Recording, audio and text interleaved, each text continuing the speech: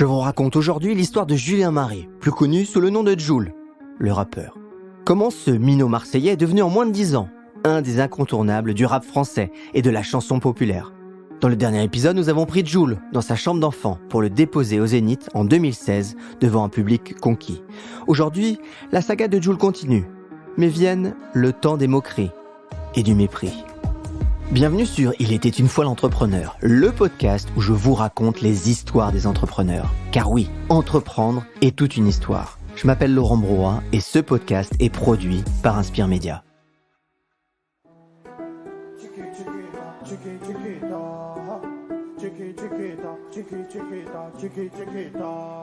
Elle regarde qui qui tord, cheveux longs comme qui tord, c'est moi qui toi, soit qui toi, qui tord.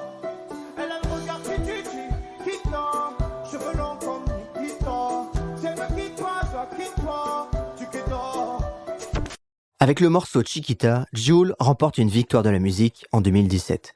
Dans le même temps, les haters se déchaînent sur les réseaux sociaux. Trump président, et maintenant Jul victoire de la musique. À peine en février, on sait déjà que 2017 sera un grand millésime.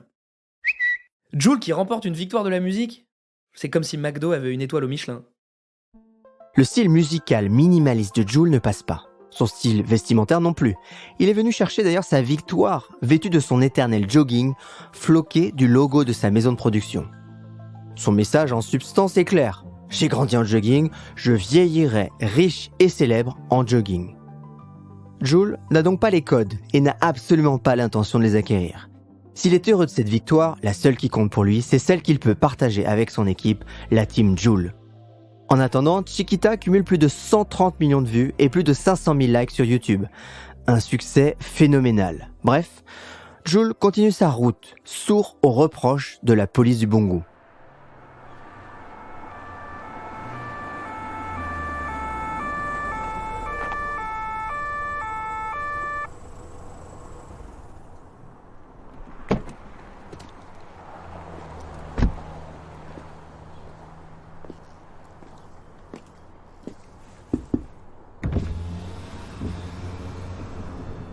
Messieurs, papier du véhicule. Voilà, tenez. Vous savez pourquoi on vous arrête ? Bonne question. Excès de vitesse. Et vu la couleur de vos yeux, il n'y a pas que ça. Je vais vous demander de sortir du véhicule, s'il vous plaît, messieurs. La garde à vue de Jul et de son collègue fait la une de la presse. Le rappeur, lui, fait profil bas. Il publie un message où il s'excuse de donner une mauvaise image, conscient de l'exemple qu'il peut représenter. Et là, de nouveau, c'est le tsunami sur les réseaux sociaux. Pas à cause de l'arme ni du hashish trouvé dans la voiture, mais à cause de l'orthographe, presque phonétique, de Jul. C'est pour avoir flingué la langue française que Jul a été placé en garde à vue ? Quelques jours plus tard, Jul rappelle que son orthographe ne l'a pas empêché de réussir. Et s'adressant à sa team, il les exhorte à résister aux humiliations crasses. Moi, jusqu'à maintenant, j'ai fait mon travail. Et je vais continuer à le faire comme je l'ai toujours fait. Et rien va changer, vous inquiétez pas. Toute la philosophie de Jul est là. Faire et laisser dire du moment que sa team est là. Si Goldman chante dans les années 80, il suffira d'un signe. Jul, 30 ans plus tard, impose le sien. Tous ses fans s'affichent en selfie, main face caméra, annulaire et auriculaire baissés, les 6 autres levés. Le signe de Jul est récupéré de tous les côtés. Le signe du succès.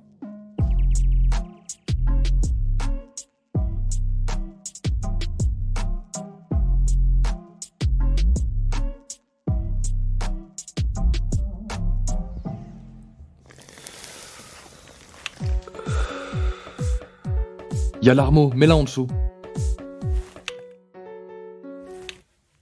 Ok, le son est bon là, je pense. 1 heure pour faire le son, t'as été un peu long pour le coup. Jul se joint au rire de son équipe. Il est tellement heureux en studio. Il crie comme dans sa chambre d'adolescent et c'est tout ce qui compte. Autour de lui, son équipe dans une ambiance détendue et un peu foutraque d'ailleurs à l'image de la table basse, où trône une chicha, pipe orientale prisée par les jeunes et bouteilles de sodas entamées. Pourtant, c'est ici que Jul travaille son succès. Arrivé à 13h, il partira à 5h du matin. Il sait ce qu'il veut obtenir et comment. Sa connaissance intime de la production lui permet de discuter d'égal à égal avec son ingénieur du son. La force de Jul, c'est de faire d'abord de la musique pour lui, avant de la faire pour sa team. Et il le dit lui-même, si le succès s'arrête, il continuera de faire des sons parce que c'est ce qui le porte. Le rappeur en claquettes chaussettes ne se prend pas la tête. Sa seule ambition est de sortir un son qui fasse plaisir aux gens, qui leur permette de s'évader un peu de leur quotidien. Tous ses disques, d'ailleurs, sont certifiés disques d'or et de diamant. Aujourd'hui, il compte 16 albums officiels et 10 mixtapes gratuites qu'il a offerts à ses fans. Jul est l'incarnation du rappeur qui a compris le nouveau rythme imposé par le streaming. Il bombarde régulièrement la team Jul de nouveautés. Sa productivité folle en studio est une des clés de son succès. D'ailleurs, à la grande joie des plateformes de streaming, comme Deezer par exemple, qui affirme que Jul est l'artiste le plus streamé dans la nuit du Nouvel An 2020. Un succès artistique qui s'accompagne inévitablement d'une réussite financière à la hauteur. La fortune de Jul est estimée à 2 millions d'euros. Mais le rappeur n'affiche pas son argent. Au mieux pour lui, il lui permet de vivre de sa passion. Bientôt, aussi certifié que Johnny Hallyday, Jul veut rester le simple garçon qu'il a toujours été. Un rappeur qui continue de rouler en Twingo.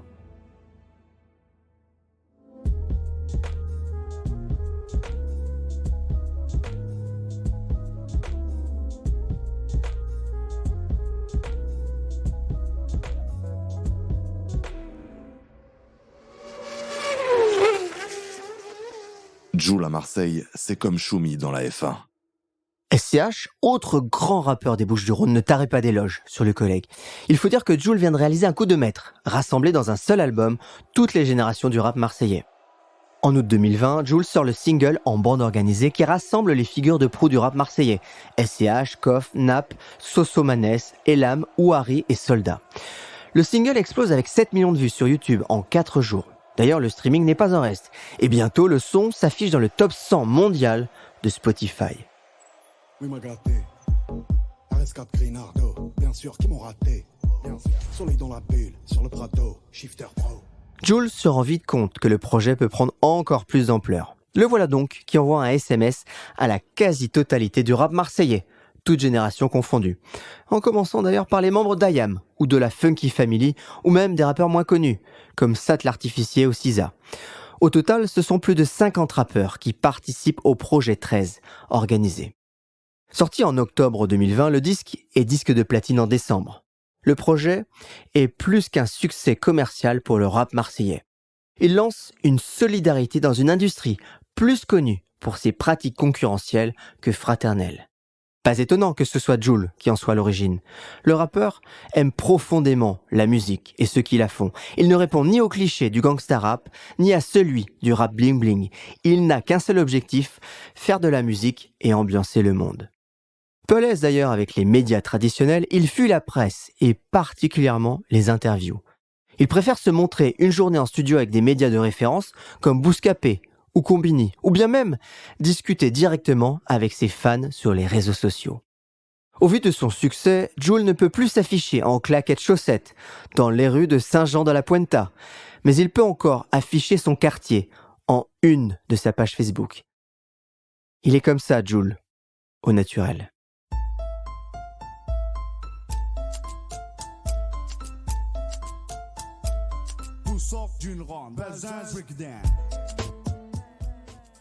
Jul, enfant, n'a pas pu échapper à ces quelques mots iconiques du rap marseillais.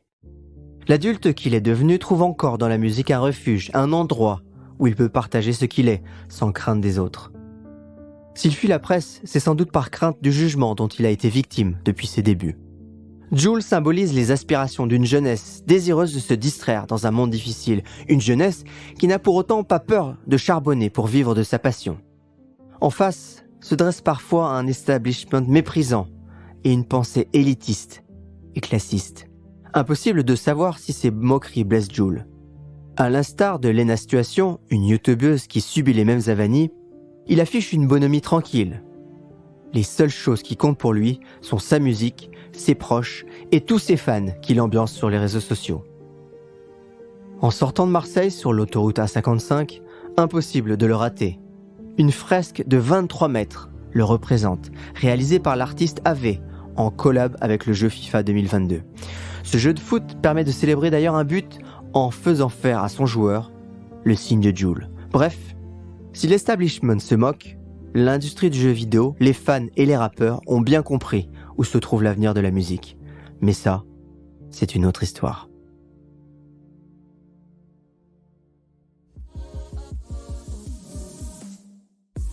Merci. Je crois que c'est le mot le plus simple pour exprimer ce que je ressens là maintenant. Merci d'avoir pris le temps d'écouter car ce podcast représente beaucoup de travail. D'ailleurs, pensez bien à mettre des étoiles et à parler de ce podcast autour de vous seulement si vous avez appris des choses ou si vous avez été inspiré. Ce podcast a été écrit et réalisé grâce à Thibaut, Frédéric et Marie. Allez, je vous donne rendez-vous au prochain épisode.